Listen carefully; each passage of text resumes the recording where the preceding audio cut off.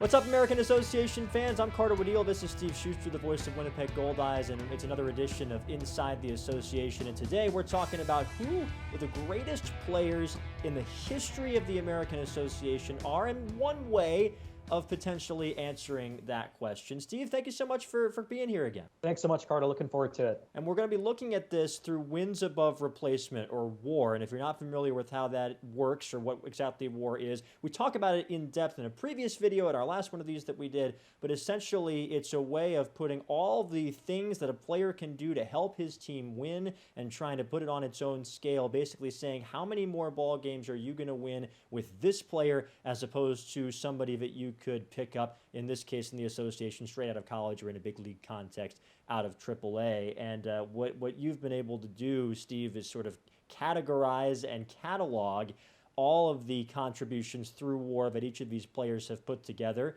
And it's really a tremendous lens to look at to see who the greatest player is, regardless of league and regardless of environment. It's a great way of sort of categorizing that. Yeah, absolutely. And, you know, we all love the American Association. It's such a great independent league, such a great professional league. But one of the things that it really has going for it now over the last few years, we're at a point where the league itself has been around for so much time that anytime you place on a top 10 list, really in any category, anytime you set any kind of single season or career record in the American Association, it's really a big deal. And the league has just organically built up this terrific history over the last 15 plus years. So it's exciting to kind of take a look using WAR as the reference to see who some of the best players were in league history.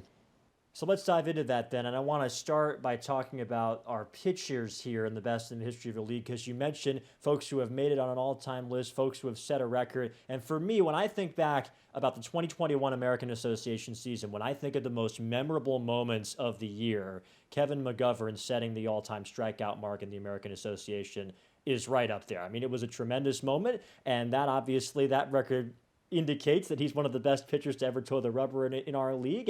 And the WAR, which puts him second all-time among pitchers, tends to make a similar case as well.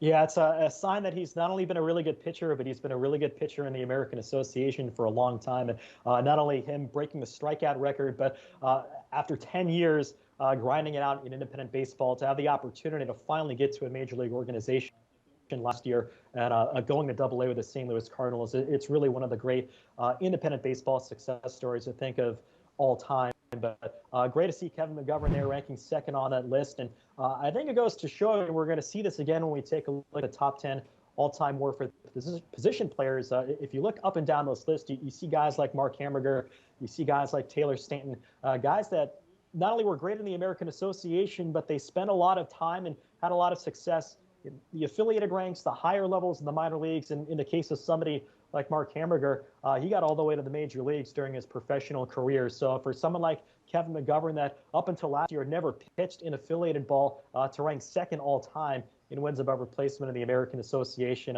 just a testament to his talent and longevity. And Ben Moore, who ranks number one on that list, of course, had plenty of talent and longevity himself. According to WAR, he's number one among pitchers. Turning over to the position players now, a lot of interesting names. And as you mentioned, a lot of players that have pedigrees, right? A lot of players that had great affiliated minor league careers that played toward the highest levels of the sport. But I know one guy that you wanted to talk about, and one player that I've been really impressed with in the years that I've been around the league, is in there at lucky number 13, Colin Willis. What can you say about what he's put together through his American Association career? He's been unbelievable. Of course, came up with the Gary South Shore Cats late in 2016 and beginning in the 2017 season when he was the American Association's Rookie of the Year. He has literally been as good and as productive as any hitter in the league. It's reflected here, ranking in the top 13 all-time in American Association position player WAR. And as you had mentioned, you look up and down this list, you see Reggie Abercrombie. Many would argue he's the greatest player in league history, spent a lot of time in the major leagues. David Espinoza tops the WAR list for position players. He was a former first-round draft pick. TJ Mittelstaedt second, a lot of time in affiliated ball during his professional career. So for Colin Willis to basically stack up with those types of guys, and Michael Lang is another guy who ranks third all-time, who, much like Colin Willis, didn't get drafted coming out of college despite putting up great college numbers. Just a testament not only to their talent and their longevity in the American Association, but their willingness to come back year after year and continue to chase that dream. And one other thing that you were able to put together that I think is really cool, you looked at the all-time war leaders by each of the teams that we've had in American Association history. It's not just saying, okay, from a league perspective, who's the best ever, talking about individually the best to put on a particular uniform, whether it's for Fargo-Moorhead or Sioux City or Chicago or whoever it is. When you take a look at that list, there's some obvious ones, some interesting ones. What stands out to you? Yeah, you're absolutely right, Carter. There's a number of recognizable names, guys that maybe you would expect to be the franchise leaders in wins above replacement. Brent Cleveland certainly stands out as a guy that had some monster years for the Wichita Winguts. Adam Brett Walker, the back-to-back most valuable player in the American Association. No surprise that for the short-lived Milwaukee Milkmen franchise that he's going to top that list. But then an interesting one, I think, is Lucas Irvin, who during his time, kind of the late 2000s, early 2010s, was one of the top starting pitchers for the now Kansas City Monarchs, then the Kansas City T-Bones franchise. You think about all the great hitters that the Monarchs have had throughout their franchise history and in the American Association. Interesting to see that a pitcher is actually topping that franchise leaderboard.